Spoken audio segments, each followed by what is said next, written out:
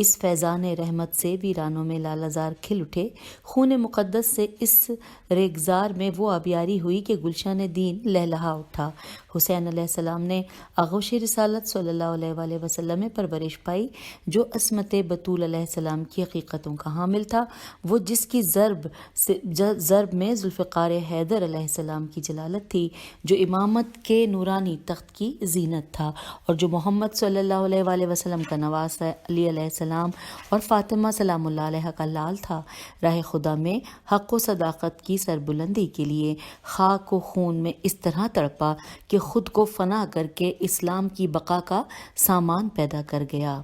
آگے پڑھتے ہیں، لکھا ہے کربلا کے اس مارکے حق و باطل نے یہ ثابت کر دکھایا کہ حسین علیہ السلام دین مبین کا سچا شیدائی ہے، اور اس کے پیروکار کسی وقت اور کسی حالت میں بھی ماں سوا اللہ غیر اللہ کا غلام اور بندہ نہیں بن سکتے، اور اسلام کے سچے شیدائی اقتدار و جبروت کے آگے کبھی نہیں جھک سکتے۔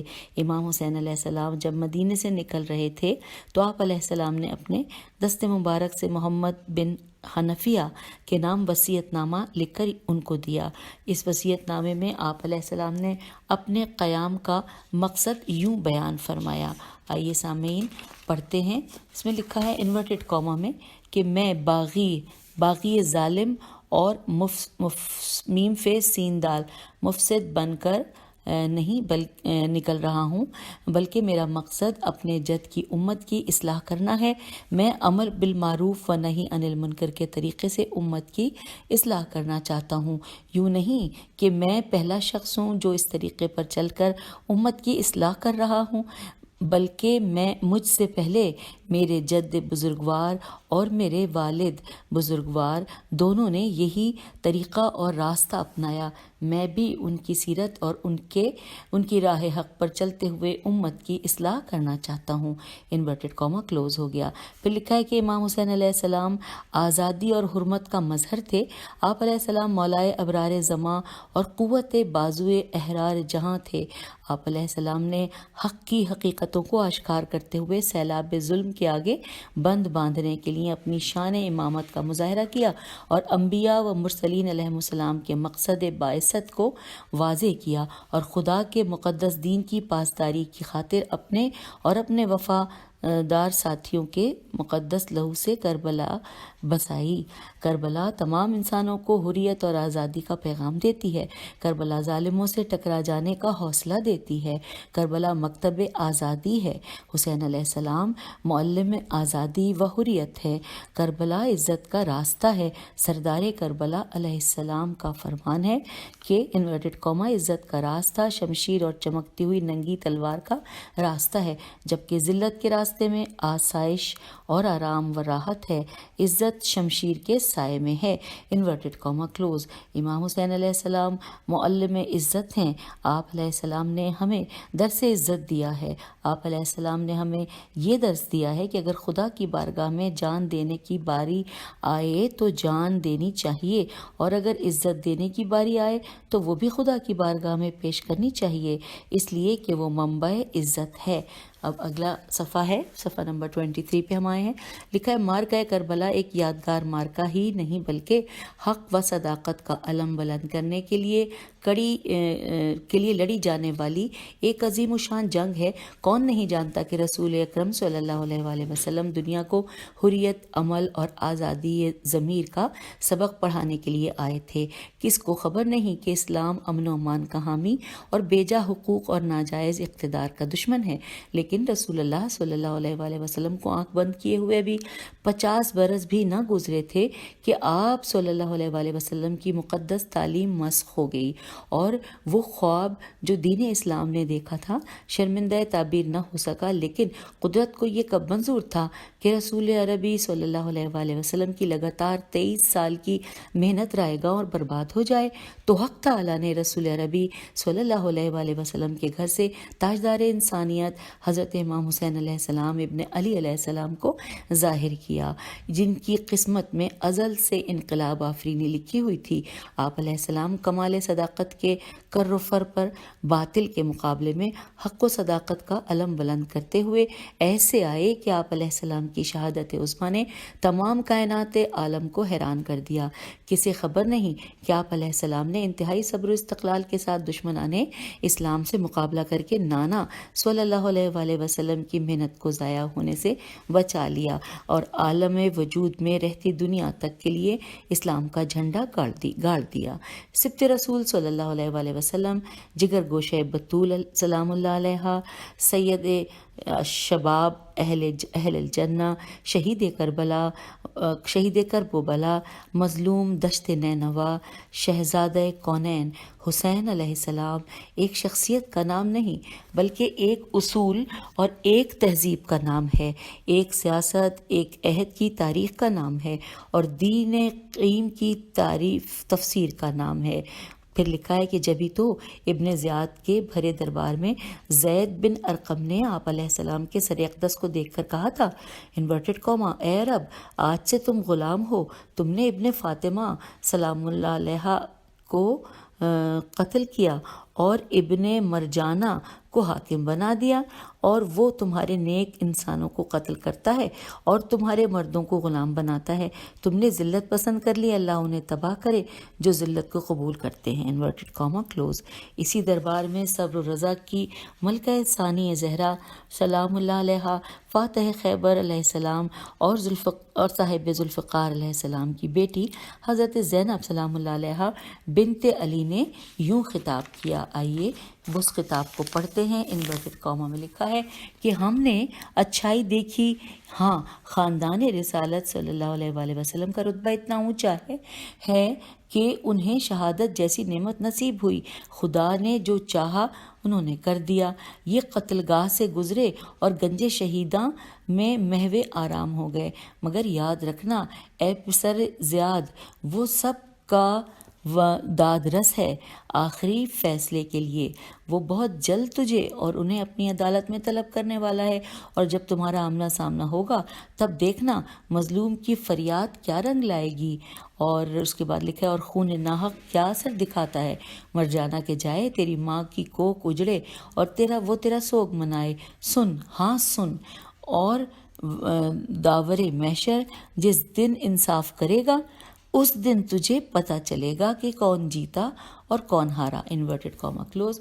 پھر لکھا ہے کہ درس کربلا کیا ہے؟ درس کربلا ایک اہم ترین پیغام ہے۔ یہ پیغام رسول اکرم صلی اللہ علیہ وآلہ وسلم کی سنت پر چلنا اور معاشرے میں اس کے احیاء کے لیے کوشاں رہنا ہے۔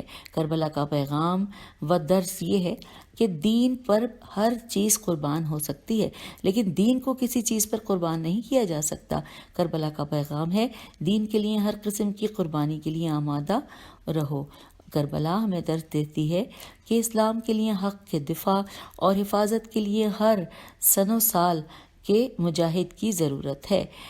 کربلا ہمیں درس دیتی ہے کہ طاغوت سے مبارزہ جاری رکھو۔ کربلا ایک عظیم دانشگاہ ہے جو ہمیں حفظ ناموس کا درس دیتی ہے۔ حضرت امام حسین علیہ السلام کا اپنے اہل و عیال کو میدان کربلا میں لانا اور اسلام کی مدد کرنا، جو اپنی حقانیت کے باوجود آخری سانس لے رہا تھا اور کوئی نہ تھا کہ جو اس کا سہارا بنے، تو ایسے سنگین ترین حالات میں حضرت امام علیہ السلام نے اپنے خون مقدس سے اسلام کو سیراب کیا اور قیامت تک کے لیے دین محمدی علیہ السلام کا کلمہ پڑھنے والے کو عزت، شرافت اور صبر و رضا کا پاکیزہ درس دیا۔ حضرت امام حسین علیہ السلام نے میدان کربلا میں اسی طرح سے اپنی جان کا نذرانہ بارگاہ احدیت میں پیش کیا کہ روز عاشورہ سے لے کر روز قیامت تک فرشتگان و مقربان، اولیاء خدا اور حضرت حسین علیہ السلام کے چاہنے والے ان پر گریہ زاری کرتے رہیں گے۔ گریہ زاری انبیاء علیہ السلام کی سنت ہے، اور جہاں تک دشمنان اہل بیت علیہ السلام کی عزاداری کے بارے بارے میں اعتراضات ہیں کہ گریہ و ماتم کرنا سنت رسول صلی اللہ علیہ وآلہ وسلم سے ثابت نہیں ہے، تو کنز الاعمال برحاشیہ احمد بن حنبل جلد نمبر 5 صفحہ نمبر 112 میں درج ہے کہ حضرت علی مرتضیٰ علیہ السلام فرماتے ہیں کہ میں ایک دن رسول خدا صلی اللہ علیہ وآلہ وسلم کی خدمت میں حاضر ہوا تو آپ صلی اللہ علیہ وآلہ وسلم کے آنسو جاری تھے۔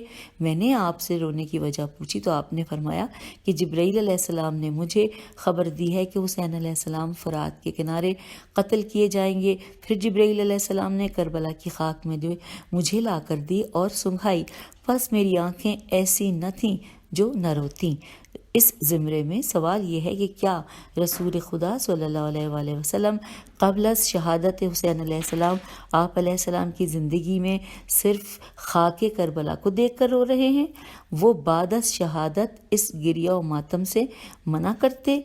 اب آگے لکھا ہے کہ دشمنان اہل بیت علیہ السلام اور عزاداری حسین علیہ السلام پر اعتراضات کرنے والوں سے صرف اتنا ہی کہنا کافی ہوگا کہ مومنین کے دلوں میں یہ عزاداری امام علیہ السلام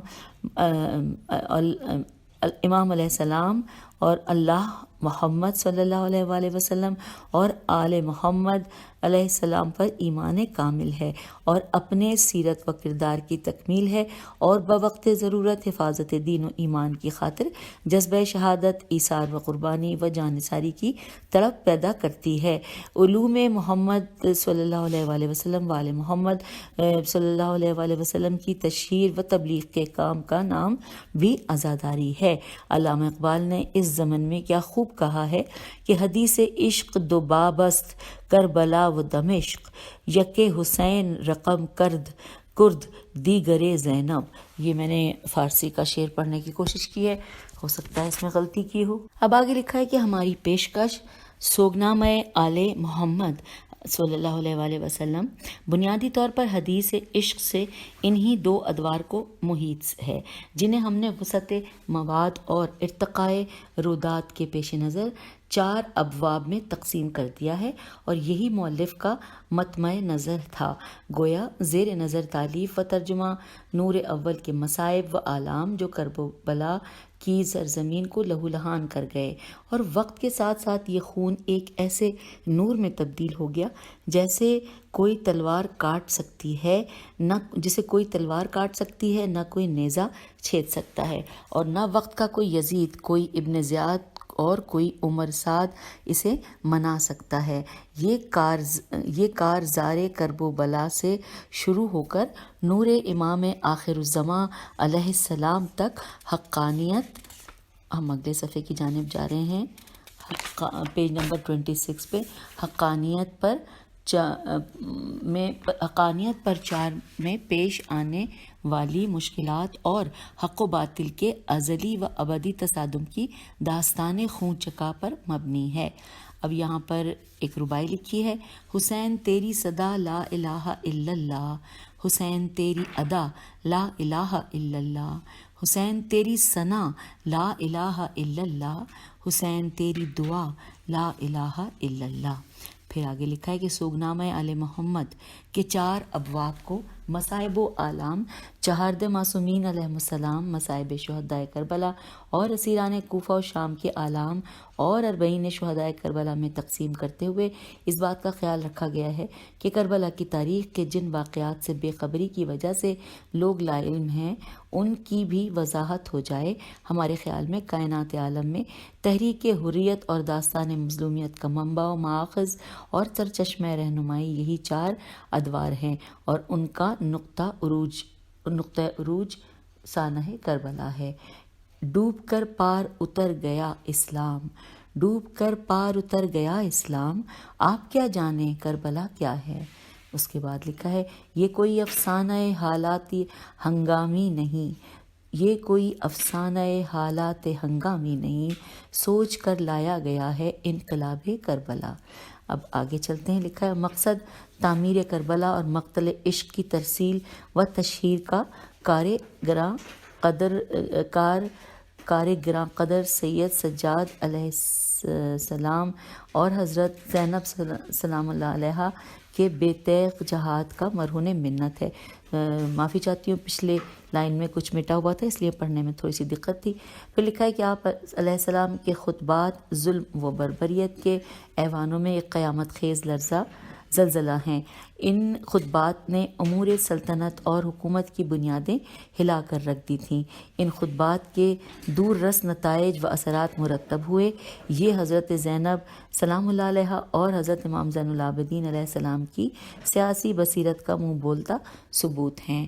ایک اور یہاں پر مظہر عباس صاحب کی ربائی لکھی ہے کہ سجاد کے خرام کا منظر عجیب تھا، دربار میں کلام کا منظر عجیب تھا، ایک بےردا کے خطبوں سے تھرا گئے لعین، ایک بےردا کے خطبوں سے تھرا گئے لعین، وہ فتح تخت شام کا منظر عجیب تھا۔ آگے چلتے ہیں، لکھا ہے آخر میں یہ بھی ضروری خیال کرتا ہوں کہ کتاب ھذا کے دوسرے ایڈیشن میں بھی اس فارسی نسخے کے مؤلف حجت الاسلام والمسلمین علامہ محمدی اشتہاردی کا تہہ دل سے شکریہ ادا کروں۔ پہلے بھی اس بات کا تذکرہ کر چکا ہوں کہ اسلامی جمہوریہ ایران کے شہر علم و اجتہاد و قم المقدسہ میں ایک ملاقات میں علامہ صاحب نے مجھے اپنی متعدد کتب کے اردو تراجم کرنے کی فرمائش کی تھی۔ ان میں سے چند کتب ہم نے ترجمے کر کے شائع بھی کی، لیکن سوگنامہ آل محمد صلی اللہ علیہ وآلہ وسلم کے شایان شان ترجمے اور اشاعت کے لیے کچھ وقت درکار تھا، لہٰذا ہم نے اسے بہترین ترجمہ اور تدوین و تحریر کے ساتھ مقصد تعمیر کربلا کو ذہن میں رکھ کر قارئین بالخصوص مومنین و مومنات کے لیے شائع کیا۔ ایسے مومنین اور مومنات اتباع محمد صلی اللہ علیہ وآلہ وسلم و آل محمد علیہ السلام میں ہی جیتے ہیں اور انہی مقدس ہستیوں کی مودت میں مرنا چاہتے ہیں۔ دوسرے ایڈیشن میں بھی فارسی اشعار کے اردو ترجمے کے بارے میں مولانا افسر عباس زیدی صاحب کی شعر فہمی کا ممنون و مشکور ہوں، اور کتاب ھذا کی مکمل اصلاح و تصحیح کے لیے یونیورسٹی کالج لاہور کے شعبہ اردو کے سربراہ پروفیسر مظہر عباس بھنڈر کا ممنون ہوں کہ جنہوں نے جذبہ مودت و اخوت کا بھرپور مظاہرہ کیا۔ اللہ رب العزت مذکورہ بالا احباب کو بتصدق چہارد معصومین علیہ السلام اجر عظیم عطا فرمائے اور ہماری اس کاوش کو اپنی بارگاہ میں قبول فرمائے۔ وسلام مع الاکرام دعا گو ریاض حسین جعفری، فاضل قم، سرپرست ادارہ منہاج الصالحین لاہور۔ تو یوں ہم نے یہ والا چیپٹر مکمل کیا کہ جس کا آغاز تھا، جس کی ہیڈنگ تھی کہ کربلا عشق کے سجدے کا نشان آخر۔ آئیے اب آگے چلتے ہیں، صفحہ نمبر 28 کے اوپر لکھا ہے رہبر کبیر حضرت امام خمینی رحمۃ اللہ کی عزاداری کے بارے میں وصیت۔ آئیے جانتے ہیں یہاں پہ کیا لکھا ہے۔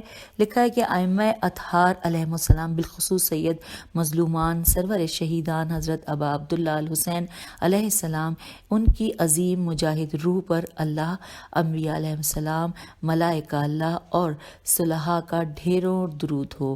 سید مظلوم علیہ السلام کی عزاداری کے مراسم سے ہرگز غفلت نہ کیجیے۔ یہ بات جان لیں کہ ائمہ علیہ السلام نے اسلام کے تاریخی معرکے کی یاد زندہ رکھنے کا جو حکم دیا ہے اور اہل بیت علیہ السلام پر ستم ڈھانے والوں پر نفرین کیا ہے، یہ تاابد ستم گروں کے خلاف قوموں کی جرأت مندانہ پکار ہے۔ آپ جانتے ہیں کہ بنی امیہ تو ختم ہو چکے، ان کے ظلم کے خلاف لعن و نفرین ستم گاران عالم کے خلاف آواز ہے، اور اس کا مقصد اس ظلم شکن پکار کو زندہ رکھنا ہے۔ ضروری ہے نوحوں، مرثیوں اور ائمہ حق علیہ السلام کے قصیدوں میں ہر زمانے اور خطے کے ظالموں کے ظلم و جور کے خلاف بھرپور آواز اٹھائی جائے۔ ہم سب کو جاننا چاہیے کہ یہ سیاسی مراسم مسلمانوں خصوصاً شیعان ائمہ علیہ السلام میں اتحاد کا موجب ہیں اور ان کی قومیت کی حفاظت کا سبب ہیں۔ اب بریکٹ میں لکھا ہے سیاسی و الہی وصیت نامے سے اقتباس، یہاں پہ کلوز ہو گیا۔ پھر لکھا ہے کہ ہمیں سید الشہداء حضرت امام حسین علیہ السلام نے کس طرح سے ہم آہنگ کیا ہے۔ یہاں پر سوالیہ نشان ہے۔ پھر لکھا ہے کہ جس امام عظیم نے ہمیں اس قدر مربوط کیا ہے، ہم اس کی شہادت و مصیبت پر اظہار تأسف نہ کریں، اس پر گریہ نہ کریں، اس پر آنسو نہ بہائیں۔ اسی گریے نے تو ہمیں آج تک محفوظ رکھا ہے۔ عزاداری وحدت کا موجب ہے۔ بیدار رہو، یہ شیطان ہم سے کیا چاہتے ہیں، کہیں ہم ان کے دھوکے میں نہ آ جائیں۔ یہ ہمیں مکر و فریب دے کر ہم سے عزاداری امام علیہ السلام مظلوم چھیننا چاہتے ہیں۔ ان کے شیطانی ہتھ کنڈوں سے بچ کر رہنا۔ ہم صدیوں سے مظلوم علیہ السلام کا غم منا رہے ہیں، آنسو بہا رہے ہیں، سینہ کو بھی کر رہے ہیں اور ہمیشہ کرتے رہیں گے۔ اس کا فائدہ کیا ہے؟ اگر ہم ساری عمر سید الشہداء پر گریہ کریں، آنسو بہائیں، امام علیہ السلام کو ہمارے اس فعل سے بالکل کوئی فائدہ نہیں، لیکن ہمارے لیے فائدہ ہی فائدہ ہے۔ حوالہ نوٹ کیجیے، صحیفہ نور جلد نمبر 8 صفحہ نمبر 218۔ تو یوں سامعین، ہم نے رہبر کبیر حضرت امام خمینی رحمۃ اللہ کی عزاداری کے بارے میں جو وصیت تھی، اس حوالے سے جو بھی معلومات تھیں وہ پڑھ لی ہیں، اور اب ہم صفحہ نمبر 29 پر آ گئے ہیں، جہاں پر ہم پڑھنے جا رہے ہیں پروفیسر چودھری مظہر عباس بھنڈر، نام یہ لکھا ہے، ان کی تحریر ہے جس کی ہیڈنگ ہے سوگ سمندر۔ آئیے مل کر پڑھتے ہیں۔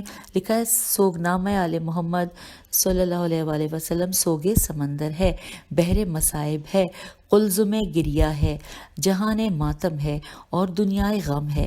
اگرچہ مصائب و آلام آل اطہار علیہ السلام پر مشتمل کتب صدیوں سے حیطۂ تحریر ہے، یہ توئے ہے حیطۂ تحریر میں آ رہی ہیں، اور مظلومین علیہ السلام کو ان کی مظلومیت کے شایان شان ہدیہ تبریک و تحسین پیش کرنے کی ہزاروں کوششیں کی جا چکی ہیں، لیکن آل احمد صلی اللہ علیہ وآلہ وسلم کی حکایات خون چکاں کو جس جامعیت، منطقیت، شعریت اور ادبیت کے ساتھ حجت الاسلام والمسلمین محمدی اشتہاردی دام ذلہ نے پیش کیا ہے، اس کا جواب 14 صدیوں کی کتب مصائب میں نہیں ملتا۔ میرے خیال میں فارسی زبان کے اس دانشمند شہیر نے اردو دان، دینی و مذہبی طبقے کو اپنے اس شاہکار کی تالیف سے دعوت مقابلہ و تاسی دی ہے۔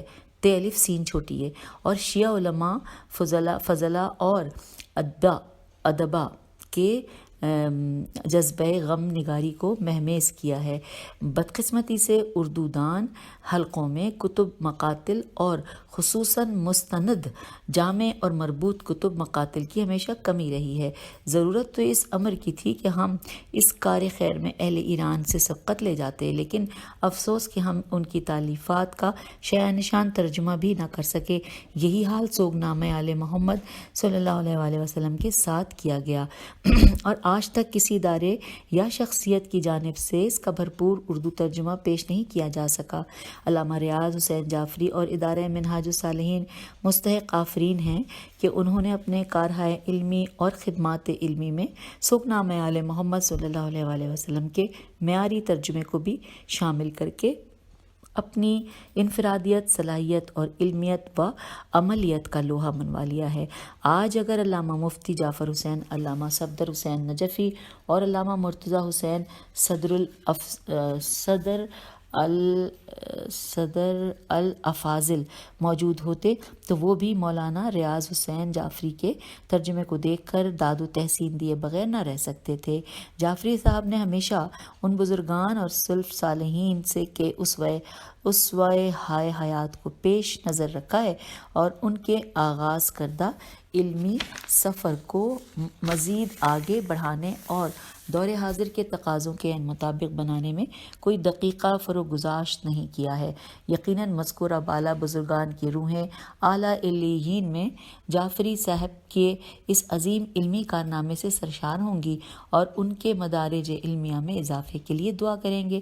ادارہ منہاج الصالحین لاہور کی جانب سے، اب یہ انورٹڈ کامہ میں ایک جملہ ہے کہ قانون اشارات ناصر ایران انورٹڈ کامہ کلوز کی طبع شدہ سوگنامہ آل محمد صلی اللہ علیہ وآلہ وسلم کا ترجمہ بھی سوگنامہ آل محمد صلی اللہ علیہ وآلہ وسلم ہی کے نام سے پیش کیا گیا ہے، جو اس موضوع کی اہمیت، ضرورت اور وسعت کا منہ بولتا ثبوت ہے۔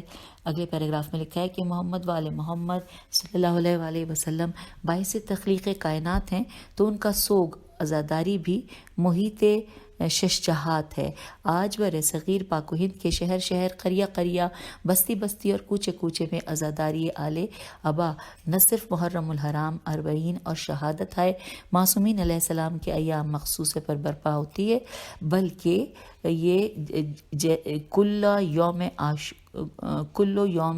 عاشورہ و کل ارض کربلا جیسی متعدد احادیث معصومین علیہ السلام کے مطابق ہر دن، ہر رات اور ہر وقت کہیں نہ کہیں عزاداری معصومین علیہ السلام برپا رہتی ہے، اور اگر ایام ان کے موقع ہائے ولادت یا مسرت ہائے مومنین کے ہوں تو بھی ذکر غم کیے بغیر بات نہیں بنتی۔ یہاں تو باراتیں چڑھتی ہیں تو کربلا کے دولوں کے تذکرے کے بغیر خوشیوں کا تصور بھی فضول ہو جاتا ہے۔ کہیں قاسم کی مہندی رچتی ہے تو کہیں علی اکبر علیہ السلام کا سہرا سجتا ہے، پھر کہیں جا کر سنت نکاح پایہ تکمیل کو پہنچتی ہے۔ ہمارے مذہب میں غم ویسے بھی خوشیوں پر محیط ہے اور اسی غم ہی کے سینے سے خوشیاں جنم لیتی ہیں۔ ہمارا تو مطمع نظر اور مقصد حیات ہی فروغ ذکر غم ہے۔ ہماری تو جنت بھی مجلس حسین ہی ہے اور ہمارے لیے تو کوثر بھی غم حسین علیہ السلام میں بسنے والے آنسو ہی ہیں۔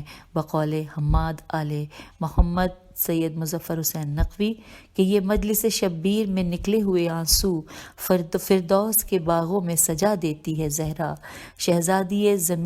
شہزادی زمیں پر انہیں گرنے نہیں دیتی، بچ جائیں تو کوثر میں ملا دیتی ہیں زہرا۔ سبحان اللہ۔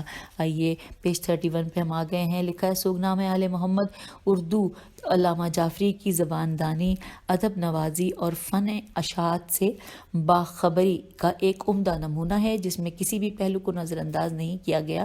اردو ترجمے کو اس قدر رواں دواں، سلیس اور مفہومی بنایا گیا ہے کہ اصل فارسی نسخہ بھی اس کے سامنے ہیچ ہو گیا ہے۔ اصل میں اردو کے قالب میں ڈھل کر یہ کتاب سہ لسانی فن پارے کا روپ دھار گئی ہے جس میں اردو، فارسی اور عربی تینوں زبانوں کی متناسب آمیزش ہے، اور میرے خیال میں یہی بر صغیر کا مسلم کلچر ہے۔ عربی ہماری دینی زبان ہے، فارسی ثقافتی زبان اور اردو قومی زبان۔ سوگنامہ آل محمد صلی اللہ علیہ وآلہ وسلم کے اردو ترجمے میں ان تینوں زبانوں کے فروغ کا اہتمام کیا گیا ہے، اور سچ پوچھیں تو جو مزہ اس لسانی امتزاج پر مبنی کتاب کے مطالعے سے ملتا ہے وہ ایک ہی زبان کے خالص مطالعے سے ہرگز میسر نہیں آ سکتا۔ علاوہ ازیں اس کتاب مستطاب کا حلقہ قارئین یعنی ریڈرشپ ایران، افغانستان، عرب ممالک اور اردو دنیا سب ہی تک پھیل گیا ہے۔ اور پھر ساتھ ساتھ لکھا ہے کہ اب ہمارا اگلا قدم انشاءاللہ العزیز اس کا انگریزی ترجمہ ہوگا جو مقتل کے موضوع پر انگریزی میں غالباً پہلا مبسوط کارنامہ ہوگا۔ شیعہ ذاکرین کرام اور واعظین عظام قریب ہر مجلس میں فضائل معصومین علیہ السلام کے بعد مصائب معصومین علیہ السلام بھی باقاعدگی سے بیان فرماتے ہیں، لیکن ان میں سے اکثر مستند اور صحیح روایات سے باخبر نہیں ہوتے۔ عموماً سینہ گزٹ یا پھر افراد و تفریق سے کام لیا جاتا ہے۔ اس طرح بجائے ثواب کے الٹا گناہ کا ارتکاب کیا جا سکتا ہے، اور تاریخی واقعات اور روایات کی توڑ مروڑ سے بات کہیں سے کہیں چلی جاتی ہے۔ میں سمجھتا ہوں کہ اگر سوگنامہ آل محمد صلی اللہ علیہ وآلہ وسلم جیسی کوئی کتاب ان واعظین و ذاکرین کی دسترس میں ہوتی تو آج بیان مصائب میں ان کا مزاج یکسر مختلف ہوتا۔ تاہم ان حضرات سے امید کامل ہے کہ وہ اس مستند اور محققانہ کاوش سے بھرپور استفادہ کریں گے اور اپنے ناظرین و حاضرین کو ان روایات معتبر و مفصل سے مستفید کریں گے۔ مدارس کے طلباء و طالبات، تمام قارئین اور محققین و ناقدین بھی سوگنامہ آل محمد صلی اللہ علیہ وآلہ وسلم سے بھرپور فائدہ اٹھا سکتے ہیں۔ ہمیں چاہیے کہ راویوں کے نام کے ساتھ روایات کے متن کو منوعاً یاد کرنے کی کوشش کریں اور بغیر حشو و زوائد کے اٹھیں۔ اس کی میں ہجے کرتی ہوں: ہے شین واو اور زال واو الف حمزہ دال۔ اب اس کو دوبارہ پڑھتے ہیں کہ کوشش کریں کہ بغیر حشو و زوائد کے انہیں مجالس میں بیان کر کے اپنا مذہبی فریضہ ادا کریں۔ سوگنامہ آل محمد صلی اللہ علیہ وآلہ وسلم میں نادر و نایاب روایات موجود ہیں جو انتہائی تحقیق و تدقیق کے بعد اس عظیم کتاب میں شامل کی گئی ہیں۔ یہ کتاب مصائب کی دنیا میں ایک انقلاب آفرین کارنامہ ہے۔ قرآن مجید، نہج البلاغہ، مفاتیح الجنان کی طرح اس کتاب کا بھی ہر گھر میں ہونا نہایت ضروری ہے، جس سے ہر مومن کا گھر حقیقی عزاخانے میں تبدیل ہو سکتا ہے۔ نیز اس کتاب کے مطالعے سے لوگ ذاکرین و واعظین کی محتاجی سے بھی بے نیاز ہو سکتے ہیں، بلکہ ان کی اصلاح و تصحیح کا کام بھی انجام دیا جا سکتا ہے۔ دعا ہے کہ رب کائنات مولانا جعفری صاحب کی توفیقات میں اضافہ فرمائے اور انہیں اس طرح کے مزید علمی کارنامے سر انجام دینے کا اہل بنائے، آمین یا رب العالمین۔ تو سامعین، یہ جو سوگ سمندر کے نام عنوان سے پروفیسر چودھری مظہر عباس بھنڈر کا کی تحریر تھی، ہم نے پڑھ لی ہے، اور اب یہاں پر آپ سے اجازت چاہتے ہیں۔ انشاءاللہ اگلی نشست میں اس سے آگے بڑھیں گے۔ خدا حافظ، فی امان اللہ۔